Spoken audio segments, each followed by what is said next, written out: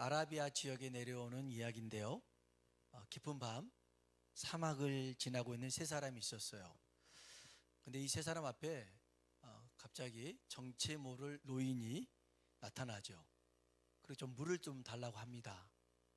그래서 이 사람들이 마음이 좀 후하잖아요. 그래서 물만 주는 게 아니라 음식도 챙겨서 줍니다. 그래서 먹었어요. 그리고 이제 이 노인이 떠나면서 이런 말을 합니다. 저 앞을 조금만 지나면 시내가 나오는데 그 시내를 건너서 낙타에 내려가지고 돌을 주머니 속에 가득히 채워라 하는 말을 남기고 떠납니다. 반드시 좋은 일이 있을 거다 하고 떠나요. 뭔 재밌는 일이 있어 거기? 아니야. 그 사람이 아니지? 재밌게 얘기하길래. 그래서 이 노인이 말을 하고 떠난 것처럼 이제 갔더니 진짜로 좀 지나니까 시내가 있어요. 그래서 시내를 건너 보니까 이제 낙타에서 내려보니 돌이 있는 거예요. 근데 노인의 말은 가득 채우라고 했는데 짐도 많고 갈 길도 모르는데 뭘 가득 채워요. 그냥 노인이 한 말도 있고 해서 그냥 몇 개 이렇게 주워가지고 그냥 주머니에 넣고 출발했어요. 출발했는데 이제 해가 뜨잖아요. 동이 틀 때 딱 보니까 그 돌멩이가 반짝반짝 거리더라는 거예요. 그래서 자세히 보니까 이게 돌멩이가 아니라 보석이었던 거예요. 그런데 밤에는 깜깜하니까 안 보이잖아요. 해가 비치니까 이게 반짝반짝 보석이 빛나니 그 제사의 사람들이 뭐라고 그러냐면, 이야, 좀 더 주워올 걸. 그 말 듣고 좀 더 주워올 걸. 그냥 요거밖에 안 주웠다고 후회를 하더라는 거예요. 세상 사람들이 돌처럼 그렇게 쓸데없다고 여겨지는 것들이 우리가 하나님 앞에 하는 헌신일 수 있어요. 수고일 수 있어요. 하지만 나중에 하나님 앞에 섰을 때에 이게 쓸데없는 돌이 아니라 가장 빛나는 보석이 될 줄로 믿습니다. 이게 우리의 헌신이고 수고고 그 다음에 하나님 앞에 충성하는 겁니다. 우리 한번 옆 사람 보고 인사합시다. 당신의 섬김이 하늘에서 해같이 빛날 것입니다. 시작. 당신의 섬김이 하늘에서 해같이 빛날 것입니다. 아멘. 아멘. 특별히 우리 이 여성교회 헌신 예배를 통해 하나님이 정말 기뻐 받으실 줄로 믿습니다. 하나님께서 이스라엘 백성을 구원하시려고요, 모세라는 사람을 이 땅에 심으셨어요. 그런데 이 모세가 잘 성장할 수 있도록 네 여인이 역할을 감당합니다. 그래서 이 네 명의 여자가 누군지 그리고 그 역할이 뭔지를 보면서 우리 이 여성교회가 한 생명을 구원하기에 이러한 역할을 감당할 수 있기를 주님의 이름으로 축복합니다. 그 첫 번째로는 레위 여자, 레위 족속의 딸 요게벳입니다. 모세의 엄마죠. 이 요게벳인데 여기 한번 1절 2절 다시 한번 읽어볼까요? 읽어봅시다. 네 가족 중 한 사람이 가서 네 여자에게 장가들어 그 여자가 임신하여 아들을 낳으니 그가 잘생긴 걸 보고 석 달 동안 그를 숨겼으나. 아멘. 아멘. 요 시대에 아이를 낳아서 기른다고 하는 것은 굉장히 어려웠어요. 우리처럼 뭐 돈이 많이 들기 때문에 키우지 못하는 게 아니라 바로가 명령을 했거든요. 아들을 낳으면 나일강에 던져서 죽여라, 딸을 낳으면 키워라, 이거였어요. 만일 이것을 어기면 그 집과 그 모든 재산을 몰수하고 죽이겠다라는 엄포를 내렸었거든요. 한번 봅시다. 출애굽기 1장 22절입니다 읽어볼까요? 그러므로 바로가 그의 모든 백성에게 명령하여 이르되.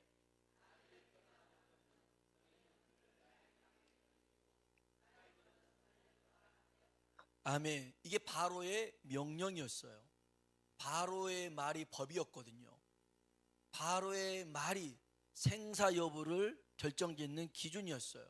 그런데 요게벳이 바로의 명령을 어깁니다. 왜 그럴까요? 아까 그 아이가 잘생겼다고 그랬잖아요. 잘생긴 아이는 키워도 되나요? 아니요, 그게 아니에요. 히브리서 11장에 보면 믿음에 관해서 얘기하는데 이렇게 설명합니다. 히브리서 11장 23절이에요. 읽어봅시다.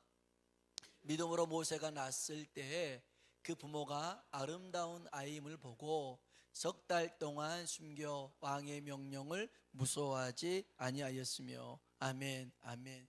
중요한 게 뭐냐면 따라합시다. 믿음으로. 뭐로요? 믿음으로입니다.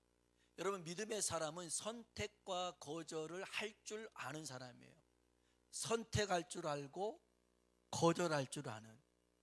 요게벳은 아이를 선택했어요. 그리고 바로의 명령을 거절합니다. 생각해 보세요. 아이를 낳았다는 소식이 다 들릴 거 아닙니까? 그러면 딸이면 신혼 확인이 금방 되잖아요. 근데 아들이면 나일강에 던져야 돼요. 그러니까 요게벳이 낳았는데 아들이에요. 그러면 뭐라고 사람들이 얘기했겠어요? 아들 낳아서 나일강에 던졌어, 버려버렸어, 죽였어 라고 얘기했을 거예요. 아까도 얘기했지만 거짓말이 탄로나잖아요. 모든 걸 잃게 됩니다. 또 목숨도 잃을 수 있어요. 그런데 이게 쉽지 않잖아요. 어려운 길임을 알아도 그 길이 하나님의 뜻이라면 뚜벅뚜벅 걸어가는 사람이 믿음의 사람이라는 것입니다. 아마 요게벳 인생에서 이 기간이 가장 하나님 앞에 절실하게 기도했던 순간이 아니었을까. 한 생명을 얻고 정말 구원하기 위해서 이 믿음의 선택을 하는데 아이가 엄마 사정 봐가면서 우는 거 아니잖아요. 아까도 제가 아이를 놓고 기도하는데 얘가 우니까 제 기도가 빨라지잖아요. 막 그래서 빨리빨리 해지는데 아이는 엄마의 사정 맞춰가면서 울거나 때릴 식을 하지 않아요. 자기 배고프면 언제든지 울어요. 그런데 그 집이 분명 아이가 죽었다고 했는데 버렸다고 했는데 아이 울음소리가 나면 어떻게 되겠어요? 큰일 나잖아요. 그러니 이 아이를 석 달 동안 끌어안고 있으면서 날마다 찬양 불러주고 기도해주고 막 이러면서 키웠겠죠. 하나님, 이 아이가 정말 함부로 울지 않게 해주세요. 이 아이가 있는 것을 알지 못하게 해주세요. 얼마나 절실하게 기도했겠어요. 하나님이 정말 한 영혼을 놓고 이렇게 절실하게 기도할 때 하나님이 역사하시고 일하실 줄로 믿습니다. 우리 이 여성교회가 한 생명을 놓고 담대하게 믿음으로 선택하고 기도할 수 있길 주의 이름으로 축복합니다. 두 번째는요, 모세의 누이 미리암이 있습니다. 이 미리암은 모세의 딸과 모세의 어머니를 연결시켜주는 사람이었어요. 성경 볼까요? 출애굽기 2장 3절로 4절입니다. 같이 한번 읽어봅시다.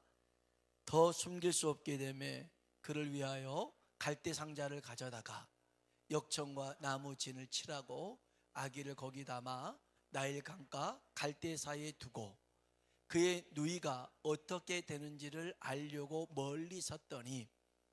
아멘. 여기까지네요. 그 갈대 상자에 더 이상 키울 수가 없어서 이 갈대 상자에 모세를 담고 나일 강가에 띄웁니다. 그것을 미리암이 쫓아가면서 지켜보죠. 그리고 이제 이 모세를 담은 갈대 상자가 갈대밭에 딱 걸려 있을 때, 이때 바로의 딸이 오잖아요. 우리 한번 7절 8절 보겠습니다. 7절 8절 읽어볼까요? 그의 누이가 바로의 딸에게 이르되 내가 가서 당신을 위하여 히브리 여인 중에서 유모를 불러다가 이 아이에게 젖을 먹이게 하리이까. 바로의 딸이 그에게 이르되 가라 하매 그 소녀가 가서 그 아기의 어머니를 불러오니. 아멘, 아멘. 참 이 미리암하고 모세하고 나이 차이가 많지는 않아요. 많지는 않는데 얼마나 똑똑하고 이게 현명한가 보세요. 딱 지켜봤더니 바로의 딸이 오니까 막 뛰어가가지고 이 아이 유모를 찾아가지고 이 아이 기르게 할까요? 젖을 먹이게 할까요? 얼마나 이렇게 말을 예쁘게 잘합니까? 미리암의 역할은 다른 게 아니에요. 지켜보는 거였어요. 어디로 가나. 그리고 좋은 사람, 잘 맞는 사람을 연결시켜주고 추천해 줬어요. 정말 우리가 교회 안에서도 마찬가지예요. 구역을 편성할 때도 마찬가지고 어떤 기간 속에 있을 때도 마찬가지고 이 믿음의 동역자를 만나는 것이 참 귀한 일이잖아요. 그래서 정말 기도할 때도 어떤 때는 또 성향들이 달라요. 조용히 기도하는 사람도 있고 소리질러 부르짖어 기도하는 사람이 있고, 기도가 약했는데 옆에서 막 부르짖어 기도하면 같이 덩달아서 힘이 나서 하는 기도가 있어요. 그러면 그런 사람하고 붙여져서 또 기도하게끔 하면 기도가 회복되어지는 일들이 생겨나거든요. 이처럼 잘 맞는 사람을 연결시켜주는 사역, 바울 옆에는 누가 있었냐면 바나바가 있었어요. 그래서 한때는 교회 안에 바나바 사역이라는 게 있었는데, 바나바가 뭘 했냐면 이렇게 사람과 사람을 연결해주는 역할을 했어요. 바울이, 사울이죠, 회심을 했는데 예수님의 제자들이 안 만나준 거예요. 얘가 전에 나쁜 짓을 많이 했는데 진짜인지 가짜인지 의구심이 드니까 그때 연결시켜줬던 사람이 바나바였어요. 한번 볼까요? 사도행전 9장 26절로 28절입니다. 읽어볼까요? 사울이 예루살렘에 가서 제자들을 사귀고자 하나 다 두려워하여 제자됨을 믿지 아니하니 바나바가 데리고 사도들에게 가서 그가 길에서 어떻게 주를 보았는지와 주께서 그에게 다메섹에서 그가 어떻게 예수의 이름으로 담대히 말하였는지를 전하니라. 사울이 제자들과 함께 있어 예루살렘에 출입하며. 아멘. 다른 사람들은 이 사울을 꺼려했지만 바나바는 그러지 않았거든요. 사울의 그 바울의 진심을 알았고, 그래서 그 말을 바나바가 해줬을 때 믿어줬어요. 그러니까 바나바는 그렇게 신용이 있는 사람이었어요. 뿐만 아니라 이렇게 제자들하고 연결이 됐으나 사역을 하지 못하고 있을 때가 있었어요. 바울이 자기 집에 있을 때가 있었는데 그때 바나바가 바울을 불러요. 같이 사역을 하자고 불러요. 아무도 신경 안 쓸 때 또 불러서 같이 그 사역을 감당해요.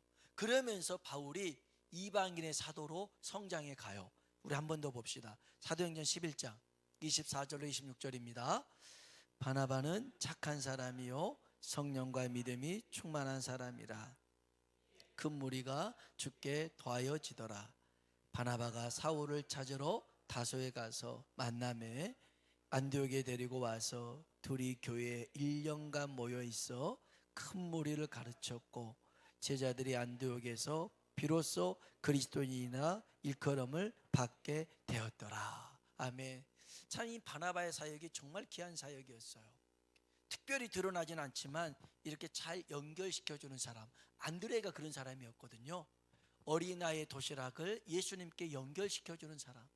그래서 우리는 다른 우리 성도들이나 믿지 않는 사람들을 하나님께 잘 연결시켜주는 그 사역을 해야 돼요. 또 교회 처음 나온 사람들 있잖아요.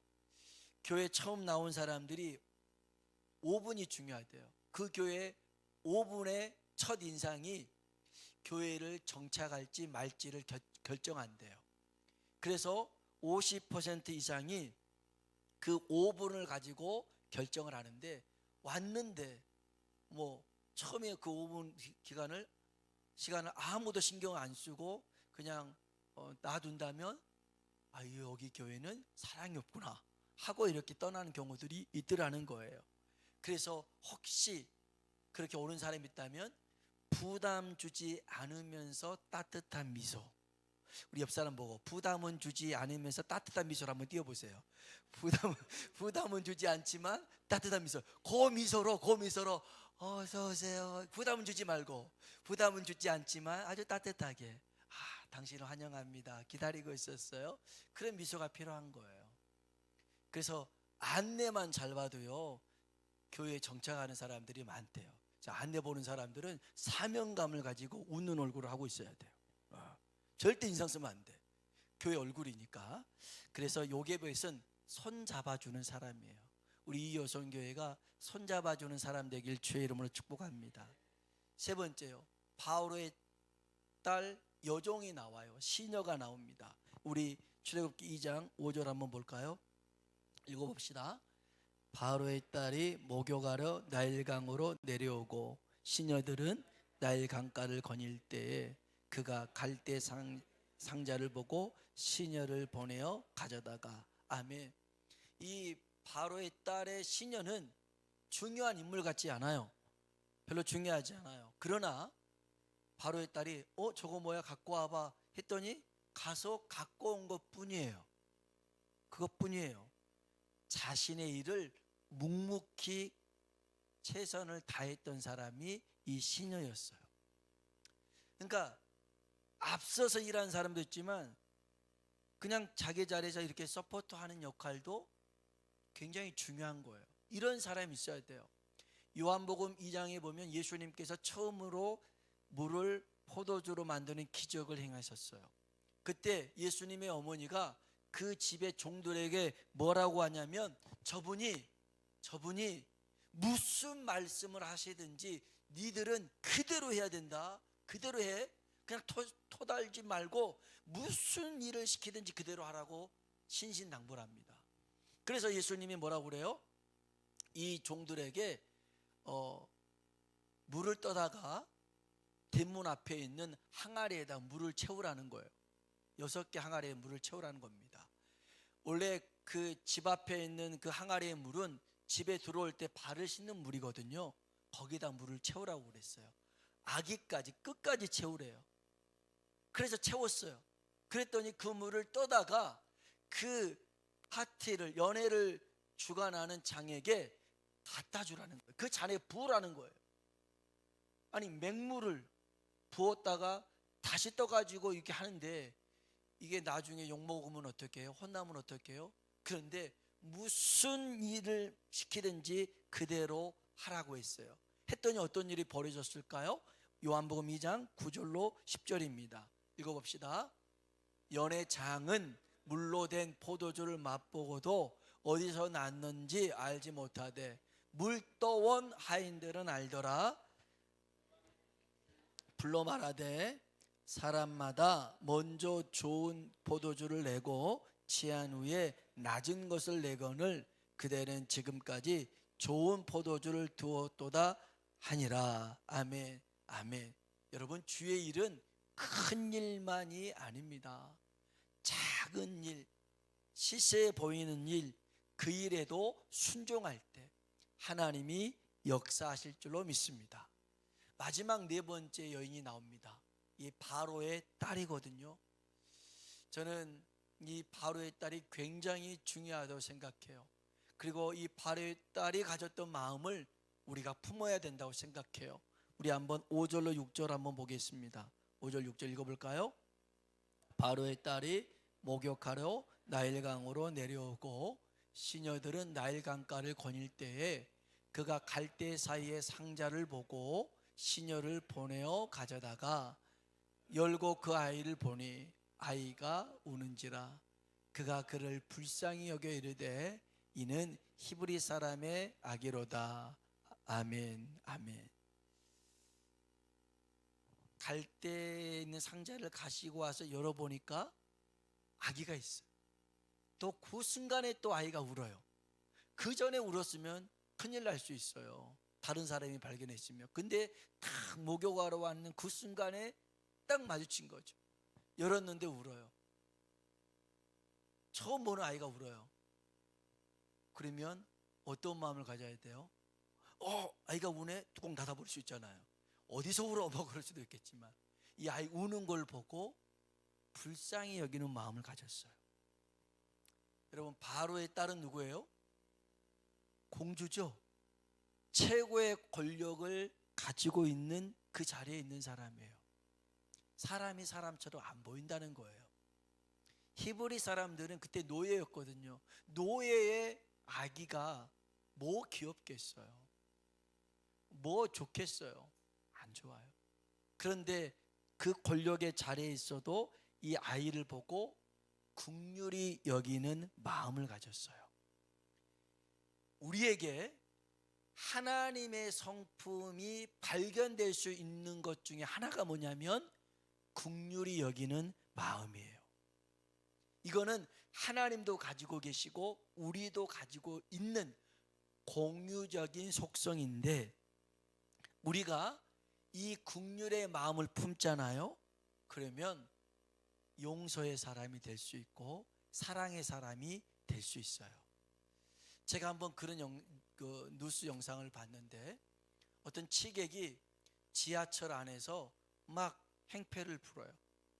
주변 사람들은 그 남자 취객 때문에 막 피해 있고 막 이런데 경찰 둘이 왔어요.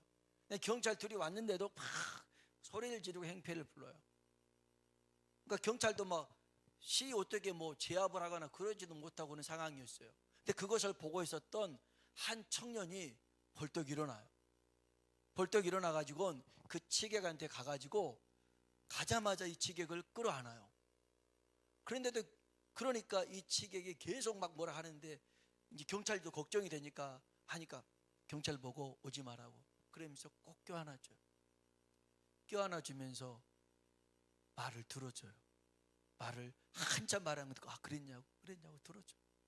그러면서 한참을 껴안아줘요. 그랬더니 행패를 부릴 때 이 사람이 진정하기 시작한 거예요. 그래가지고 차분해졌어요. 이 취객에게는 뭐가 필요했냐면, 누군가 자기 말을 들어줄 수 있는 따뜻한 마음을 가진 사람이 필요했었어요. 근데 경찰은 그런 거 안 보잖아요. 이 사람 그냥 빨리 여기서 일을 처리하고 싶은데, 이 청년이 그것을 보고 끌어안아준 거예요. 허그해 줬어요. 바로의 딸은요, 바로 이런 긍휼의 마음을 가졌어요. 오늘 우리 이 여성교회가 이렇게 품에 안고 긍휼을 베풀 수 있는 이 여성교회가 되길 주의 이름으로 축복합니다. 그래서 이 모세를 보고 긍휼히 여겼고, 그 다음에 이걸로 끝나지 않아요. 이 모세를 키웁니다. 양육합니다. 잘 가르칩니다. 훈련시킵니다. 내 새끼도 아니잖아요. 그럼에도 불구하고 이 만남을 참 귀하게 여깁니다. 그래서 힘껏 키우고 양육하고 사랑해 줍니다. 사도행전 7장 21절로 22절입니다. 같이 한번 읽어볼까요? 사도행전 7장입니다. 읽어봅시다. 바로의 딸이 그를 데려다가 자기 아들로 기름해 모세가 애굽 사람의 모든 지혜를 배워 그의 말과 하는 일이 능하더라. 아멘. 바로의 딸이 아들로 삼았어요. 종으로 삼을 수도 있잖아요. 아들로 삼았어요. 자기 자식으로 삼았어요. 그러면서 잘 길렀어요. 애굽 사람의 지혜, 말, 모든 일이 능하도록 잘 양육했어요. 그러니까 나중에 이 모세가 40살이 되어서 왕자로서 있으면서 이스라엘 백성들을 구원할 생각도 갖고, 또 하나님의 섭리 속에 다시 80세가 되어서 그가 이스라엘을 출애굽시키는 그러한 구원자로 사용된 줄로 믿습니다. 교회에서 믿음 생활을 어떻게 하는지, 섬기는 것은 어떻게 하는지 처음 나온 사람은 잘 몰라요. 그런데 먼저 믿는, 특별히 우리 이 여성교회 분들이 그 섬김의 모습들을 잘 보여주고 가르쳐 줄 수 있길 주의 이름으로 축복합니다. 믿음의 삶을 제대로 걸어가야 다른 사람들도 따라올 수가 있어요. 그런 얘기 있잖아요. 엄마 꽃게가 새끼 개를 보면서 야, 옆으로 걷지 말고 똑바로 걸어 그러잖아요. 이 새끼 개가 뭐라고 그래요? 난 엄마 보고 걷고 있어 그러잖아요. 엄마 보고 걷고 있어. 얘들은요, 부모 보는 거예요. 처음 나온 사람은요, 누구 보고 어떻게 신앙생활 하겠어요? 먼저 믿는 사람들 보겠죠. 정말 믿음의 본이 될 수 있는 우리 이 여성교회, 우리 모두가 되길 주의 이름으로 축원합니다. 기도하겠습니다. 같이 기도하죠. 모세라는 한 생명을 위해서 저는 많은 사람들이 수고와 헌신해 줬어요. 먼저는 모세 엄마 요게벳이 있었고요, 누나 미리암이 있었고요, 또 바로의 딸 시녀가 있었고요, 바로의 딸이 있었어요. 각자 역할은 달랐어요. 요게벳은 정말 목숨 걸고 이 아이를 낳았어요. 길렀어요. 선택과 거절을 분명히 했죠. 미리암은요, 잘 연결해 줬어요. 바로의 딸과 어머니를 잘 연결해 줬어요. 그리고 바로의 딸의 시녀는 특별한 것 없지만 시키는 대로 묵묵히 순종했어요. 바로의 딸은 긍휼히 여기는 마음을 가지고 모세를 자기 아들로 삼았죠. 그리고 잘 양육했어요. 오늘 우리 신앙생활에 믿음의 자녀를 만드는 일에는 동일한 수고가 필요해요. 낳고 끝나는 게 아니잖아요. 또 낳는 것만 중요하지 않잖아요. 잘 기르고 양육한 게 필요하거든요. 그런 역할들을 우리가 잘 감당해서 우리 교회가 건강한 교회가 되게 하시고 부흥하는 교회가 되게 하시고 이 일에 앞장서서 수고하는 우리 이 여성교회가 되도록 다 같이 주님이라 한번 부르고 기도하겠습니다. 주여, 하나님 아버지 감사합니다. 우리를 사랑하여 주셔서